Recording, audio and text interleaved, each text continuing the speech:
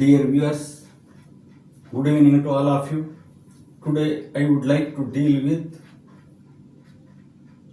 a somewhat new area, that is vocabulary improvement with different parts of speech of a word.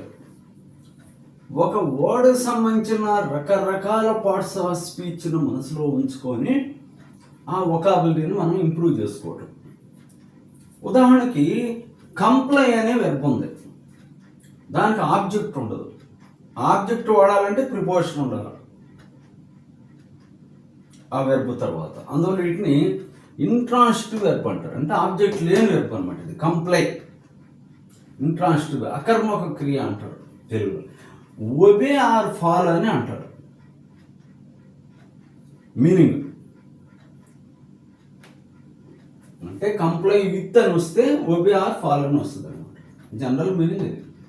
అనుగుణంగా ఉండుట, అనుసరించుట అని అర్థం. ఇది వెర్బుగా చూడండి ఎలా వాడారో. We comply with the rules of income tax act అంటాడు. ఇన్కమ్ ట్యాక్స్ యాక్ట్ యొక్క రూల్స్కి అనుగుణంగా ఉంటాము అని అర్థం. కంప్లై తర్వాత విత్ వస్తుంది, టు కాదు. ఇది వెర్బు, ఆబ్జెక్ట్ ఉండదు. ప్రిపోజిషన్ వాడే ఆబ్జెక్ట్ వాడే. కంప్లైంట్, ఇందులో నుంచి డెరైవ్ అయ్యింది కంప్లైంట్, COMPLIANT. స్పెల్లింగ్ ఖచ్చితంగా గుర్తుపెట్టుకోవాలా. AINT కాదు, ఇది IANT. Adjective. They are compliant with the court order. అనుగుణంగా ఉన్నారు అంటే be form verb, link verb తర్వాత యాడ్జెక్ట్ వచ్చింది. అట్లే compliantly adverb. They paid the tax compliantly, అనుగుణంగా పే చేశారు. ఇది యాడ్వర్బ్ అన్నమాట. చివరిలో ఎవరో వచ్చింది కదా. Compliance abstract noun.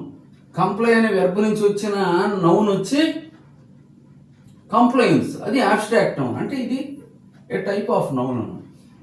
They did the event in complains with our instructions. ఇక్కడ కంప్లైన్స్ అనే పదమే సూట్ అవుద్ది ఈ ఫార్మ్స్ ఆఫ్ కంప్లైలో.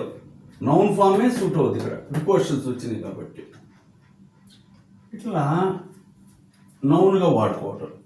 ఇట్లా ఒక పదాన్ని రకరకాల రూపాల్లో మనం వాడతాం. వెర్బ్గా వాడాం, యాడ్జెక్టివ్ వాడాం, యాడ్వర్బ్ వాడాం, నౌన్ వాడాం. ఇట్లా ఒక డిక్షనరీ చూసినప్పుడు మనం అనేక రకాలుగా దాన్ని అబ్జర్వ్ చేయాలి. మనం కేవలం ఒక మీనింగ్ తెలుసుకోవటము అయిపోయింది అనుకునేది. మిగిలిన సంగతి అవి కూడా తెలుసుకుంటే లాంగ్వేజ్ పట్టుత్వం వస్తుంది. ఆ రీడింగ్ మనం బుక్స్ చదివినప్పుడు అర్థం అవుతుంది. They are compliant with the court order అన్నాడు. ఎంత కంప్లైంట్ అని మళ్ళీ కొంతమంది అంటారు AINT కదా అని. అట్లా కాదు, ఇది కంప్లైంట్ నుంచి వచ్చిన యాడ్జెక్టివ్ అనమాట. అందులో ఈ స్పెల్లింగ్ ఇంతే, గుర్తుపెట్టుకోవాలి. దీనికి LY కలిస్తే యాడ్వర్బ్, వెర్బుని గురించి అందిస్తుంది.